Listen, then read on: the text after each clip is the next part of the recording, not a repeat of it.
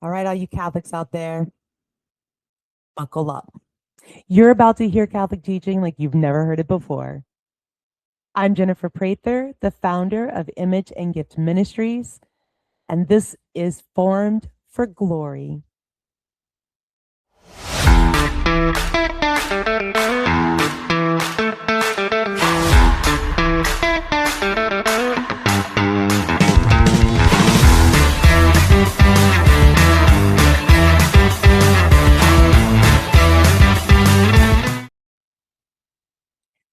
So, when was the last time you heard the church's teaching on the resurrection of the body? Exactly. Why isn't anyone talking about the resurrection of the body? In what we commonly call theology of the body, Pope John Paul II, he has several of his speeches that are all about what the body is like in the resurrection. He calls it the future of our humanity. It's our human destiny. It is literally what we are going to be forever in eternity, is resurrected and reunited body and soul. What does that mean? What does it look like? And what's really strange to me is that the part of our lives that is going to be the longest, the and the most important, our eternity, is often not talked about. If you're hearing people talk about it, please comment below. Tell me who they are, because I am not hearing anything about the resurrection of the body. Even though we say in the creed every single Sunday, I believe in the resurrection of the body. That is talking about the resurrection of our bodies. Luckily, though, we do have in scripture some pretty mind-blowing descriptions of what the spiritual body is going to be like. So, end of time, Jesus comes back. St. Paul says in 1 Corinthians chapter 15, the last trumpet will sound, and what was corruptible will rise incorruptible. He's talking about the body that's been buried, and then it will rise again. Not like zombies. We're not going to be zombies. Because the body, St. Paul says in that same chapter of Corinthians, that the body is going to be changed. At the last trumpet, the body will be changed in an instant. In an instant. What was corruptible, not even, whoa, there's a word before that. What was sown corruptible will be raised incorruptible. Okay, so here's our first characteristic of what our resurrected bodies are going to be like. Incorruptible. What does that mean? It means no more suffering, never experiencing death again. There will never be another separation of the body from the soul. For all eternity, we will be embodied in heaven. Those of us who make it, hopefully I'm one among them, we are going to have bodies in heaven forever. So our material bodies that suffer, that decay, that age, none of that is going to be present when the body is resurrected. And Paul says that we will have what we have now is an earthly body. And what we will have in the resurrection is, he calls it a spiritual body. But it's a real material. So we have this concept, or we have this thinking that if something is made of material, that it has no spiritual, like, or that in the spiritual there is no material. Okay, well, we're going to have our bodies, and they're going to be real, actual bodies. They're going to be flesh of some kind.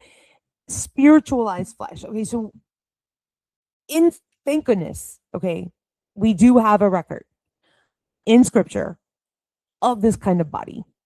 It's Jesus's body in the resurrection. He's the first one. He's the first among us who has experienced the resurrected, spiritualized body.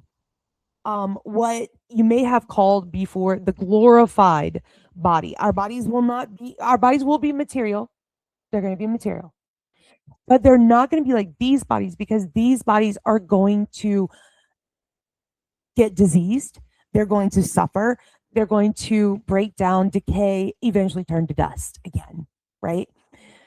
But the spiritual body is not going to do that. Okay, so what does it mean? What is the spiritual body like? What's going to be different about it? Well, thank goodness that we can look at an example in scripture, and that is Jesus's resurrected body, because we have this whole section after the resurrection. Jesus makes all these appearances to his disciples, and we have a record of that. And we see his now resurrected body. It was sown and then it's raised. Okay, so we can see how his body is very different upon the resurrection. Okay, so let's give some examples of Jesus's resurrected body. The first thing that comes to mind for me is in the story of the road to Emmaus, right? So the apostles are scared to death, right? After Jesus's body comes up missing. Now, Mary Magdalene told them, the Lord's like alive. He's gonna meet you. And Jesus said, tell him I'm gonna meet him in Jerusalem. Go, go, go, right? They don't believe her. They go run to the tomb. They see for themselves. His body's not there. What are they doing? They're hiding. They hide out in the upper room until Pentecost, because they're afraid. They're afraid that the Romans are coming for them next, because they followed Jesus, right? So they're scared and they're hiding in the upper room in a locked room. The doors are locked. In the meantime, other disciples have dispersed.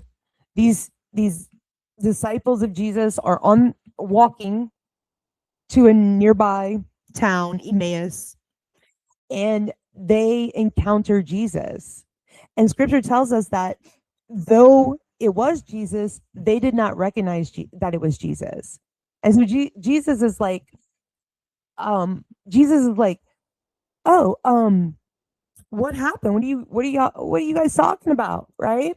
And they're like, haven't you heard? I mean, are you the only person in the entire country that hasn't heard what happened with Jesus from Nazareth, right? And so they start telling him what happened. And then Jesus totally schools them on like every Old Testament prophecy that applies to him, right? And they get to the place where they're staying for the night, and they invite Jesus to stay with them. And so he agrees, he goes in, and in the breaking of the bread, this not this episode, but that's significant. Okay. They recognize him. It says their eyes were opened and they saw him, but he vanished from their sight. He vanished. He's got a body. And it vanishes, right? Okay. So it seems like, oh, there's another example, right? So back to the apostles hiding out in the upper room, right? Jesus, it says he appears. They're up there. The door is locked. Scripture even is like sure to say the door is locked. Right? Okay. All right. The door is locked, and it says he appears in their midst. He appears in their midst. Okay. It does. Notice what it does not say. It does not say he knocked on the door. He had a key. He yelled at them from behind the door and said, hey guys, it's me. None of that happened, right? He appears in their midst. So far we have his resurrected or spiritual body vanishing. into midair, just vanishing. And then we have his resurrected body appearing out of thin air. Okay, so the resurrected or spiritual body is not limited, it seems, to the material rules that our bodies are currently limited by, like physics. Nope. Physical body, spiritual body, spiritual body, not limited to the laws of space and time. Nope. There's also something about the resurrected body that is really different because Jesus keeps encountering these people that don't recognize him at first. Like Mary Magdalene, when she saw him,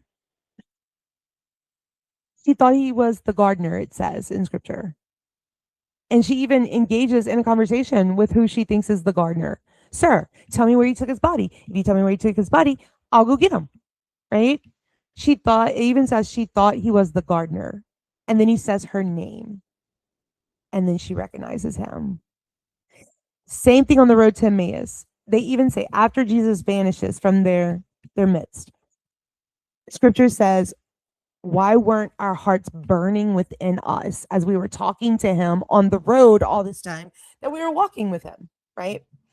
So there's something about the resurrected body that is both recognizable, but yet it seems that if Jesus didn't want to be recognized, he could maybe look different so people didn't recognize him. Okay, we're going to say more about that in just a little bit. But another aspect, right? Because then we can start thinking, well, maybe it's like just this kind of like visual illusion that we're capable of, or maybe it's not, again, not real material. Maybe the spiritual body is somehow like a ghost, right? Like I just see it there, it can disappear and appear. And but if I reach out to touch it, it's not real anymore. It's not physical anymore, right? But this is proven wrong as well by scripture. Because when Jesus appears in their midst behind the locked door the first time, Thomas is not there. Thomas comes back later, right? This is where we get the doubting Thomas, right? Thomas comes back later. They tell him what happened. And Thomas says, I'm not going to believe it. I'm not going to believe it unless I like touch him myself. I'm going to put my hand in his side, right? I'll only believe it then. And so, again, the apostles are locked behind the door. Jesus appears again, but Thomas is there this time. And Jesus tells Thomas, I'm not a ghost. Put your hand in my side. Touch the nail prints in my hand, right? So, several things with this, right? Number one, it is his body. He has his wounds, but they're not killing, the wounds aren't killing him. There's something about the wounds, but the wounds not being lethal anymore. And that's a whole nother tangent that this episode is not about. What is apparent though is that it is his body. The body he had at the crucifixion, it's his body in the resurrection. We don't switch bodies. That's not a Christian thing. We're not getting a different body. We're getting our body back. Our spiritual, it'll be spiritualized or glorified, but it's going to be ours. And then Thomas touches him, right? He says, see, I'm flesh and bone. So there's something that is real in terms of actual in the physical, in the resurrected body. Okay. Next. There's another glorified body in heaven that we can look to. to see what the spiritual body is going to be like that we will get in the resurrection. That's Mary. Mary was assumed into heaven, body and soul. Okay. So call to mind the images of the different apparitions of Mary throughout the world. Some that come to mind immediately for me, Our Lady of Guadalupe. She appears as an Aztec. Our Lady of Lourdes, she appears as a white European woman. Our Lady of Akita, she appears as a Japanese woman. Our Lady of Cabejo in Africa, she appears as an African woman. Okay, so if we would put all of these pictures of her together in all these different apparitions, we would not, if we weren't Catholic and didn't know that that was Mary, we would not even know probably that it's the same woman. And what language is she speaking when she appears to all these people in all these different ways of looking? The language that they speak. Okay, now, the church doesn't say this. I'm saying this. This is Jennifer Prather giving her opinion, just to be clear. But is it plausible to think that if the body can appear and disappear at will, not be limited to space in that way, can vanish in an instant, so it seems movement can be at the speed of thought or the speed of will, willing to be somewhere or to disappear from somewhere, could it be plausible that maybe I could take on different appearances, speak different languages? I mean, I'm going to think, yeah, maybe we could, right? Now, I'm not sure about that, but to me, it's plausible. It makes sense. Okay. But how is it? How is it that this could be our future reality? Well, this is where Pope John Paul II, in his catechesis that we call Theology of the Body, this is where he explains two concepts that we need to understand our future and our destiny, our eternity. Number one, spiritualization. Spiritualization is the change that the body undergoes in the resurrection. John Paul says, not only is it going to be a different kind of way that the soul relates to the body, it will not only be different in kind, it's going to be a difference that is so different that nothing that we have experienced here on earth now or before sin, because our nature changed when we sinned. We went from original innocence to original sin, right? Our first parents. And now we inherit this fallen state, which we're going to talk about in a later episode. Well, even before sin, we were totally different then too. And John Paul says it's not going back to that original, what we call original innocence. It's not that kind of way of the soul and the body relating to each other, kind of integration. No, it's going to be even elevated above that. In the resurrection, the human person will experience an integration of body and soul that humans have never, ever experienced. It's going to be something that is totally, completely new, a new way. And he says this, he says, the human soul will be integrated into the resurrected body so completely that it will this everything that is spiritual in a human will penetrate or permeate. That means like completely infiltrate everything that is material in the person. And it will be a new system of powers. What's our current system of powers? Our current system of powers is our intellect and our free will. And the fact that our intellect and free will, which is the spiritual part of us, is integrated into a material body. That is our current system of powers. And our current system of powers, by the way, is fallen. We operate in the interior reality of concupiscence, which is also we're going to talk about on a later episode.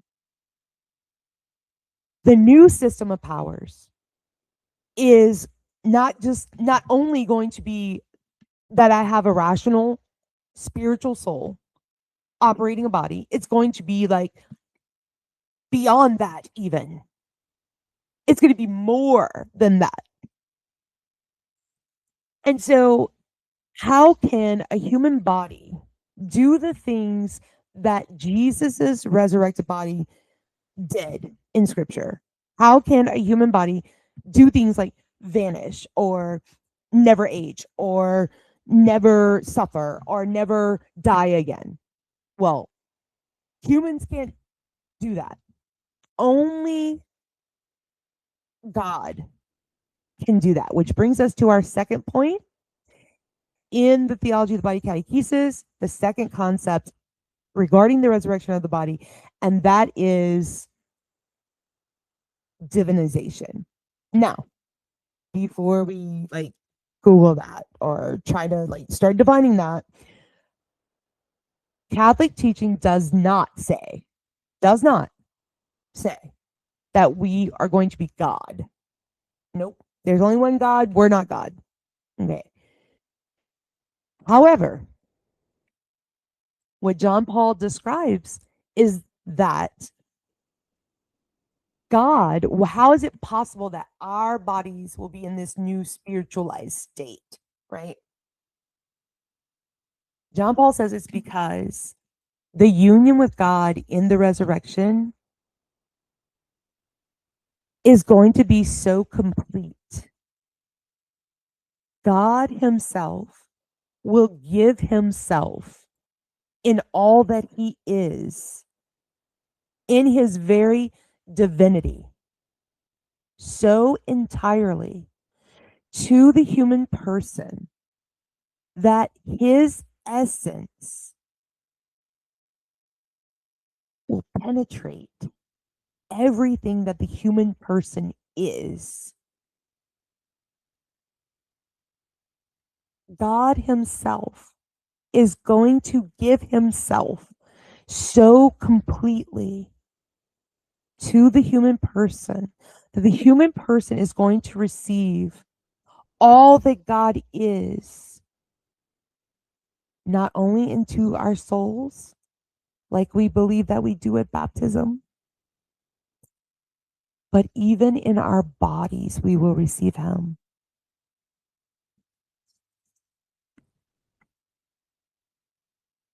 It is going to be a one flesh union. John Paul says that we already have the DNA of this union if we're baptized. God is already giving himself to the human soul. But in the resurrection, he will give himself, completely emptying himself into the person, giving himself as gift so completely that the human person, our inner essence, will be the essence of God. Our inner essence, and I didn't think he was saying that. I'm not going to lie. I mean, I read it like 10 times. I was like, he cannot be saying this. He is not saying this, that God is going to become our inner reality and that it's going to fill us up so much that it's not only going to happen in our soul, it's going to happen in our bodies.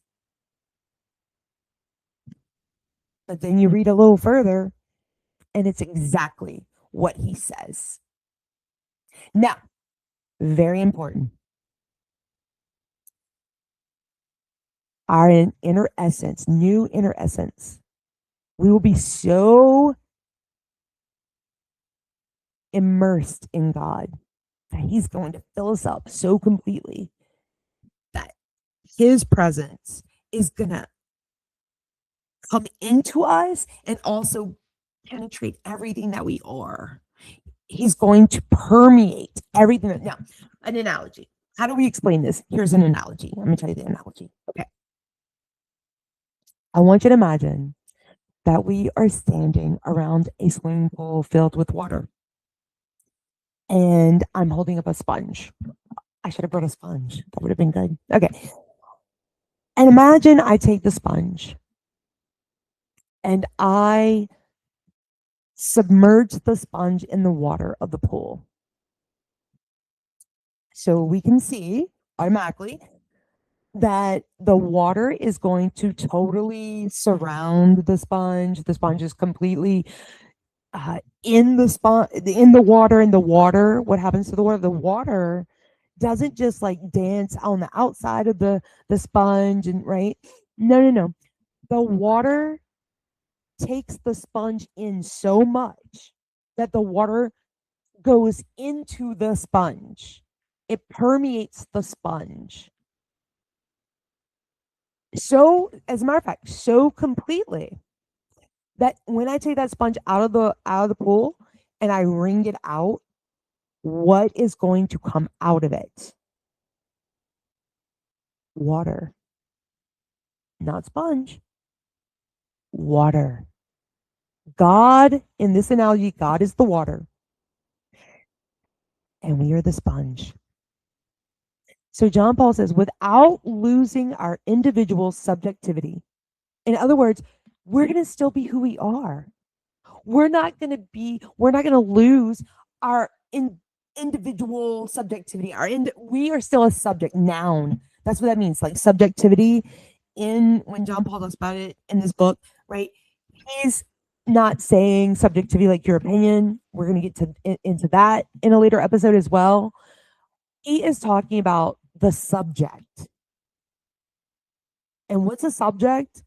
In like a part of speech, if we're talking about a sentence, the subject of the sentence is the noun. The noun is the person, place, thing, or idea. Well, in this case, we're the noun. I'm the noun. I'm not going to lose the I that I am, the subject that I am. I'm still going to be me. I'm still going to be the noun. The difference is going to be that I'm going to be completely submerged in God himself, and he's going to be so much giving himself to me that he will be my inner reality. That's what the resurrection is. In heaven, we're going to experience this interpenetration of persons in our souls. At the end of time, when Jesus returns in glory, his entire bride, the church, every baptized person, every person actually, is going to rise and be totally absorbed in the bridegroom. And the bridegroom is going to give himself as a total gift to his bride, the church, which is us. And he's going to become our union with him. It's going to be so actual, so real that he's going to be our inner essence. Yeah. Now, we gotta see how this relates to us right now. And we do that in one simple way. The Eucharist. Saint Faustina in her diary says this. I'll never forget it. I read it like 25 years ago. She says, the angels envy us because we receive the Eucharist. And the Eucharist is Jesus's resurrected, glorified body.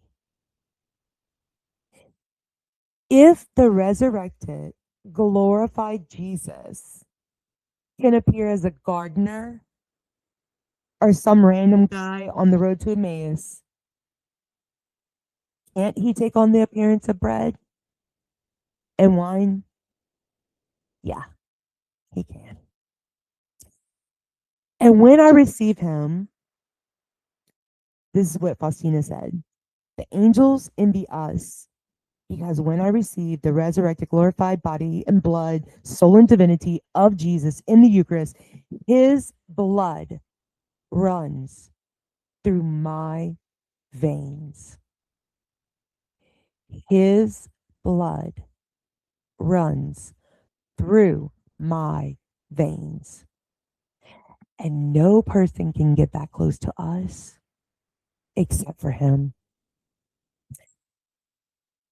The Eucharist is the union of the resurrection. It's a foreshadowing. It's a Jesus is saying to us, for the 15 minutes that host exists in my body, he is saying to us, here, have 15 minutes of the resurrection, of the reality of the resurrection, of the fact that for all eternity, you and I are going to be one body and one soul forever. The resurrection of the body, y'all. That is why we are here. It is why we are living this life. It is why we are Catholic. It is why we have the sacraments, especially the sacrament of the Eucharist. It is why we exist. I think we should talk about it more. And I hope you'll check out not only more episodes of this podcast, but I hope that you'll pass it on, that you'll like, that you'll share, that you comment, and that you will check out our ministry at imageandgift.com. Until next time.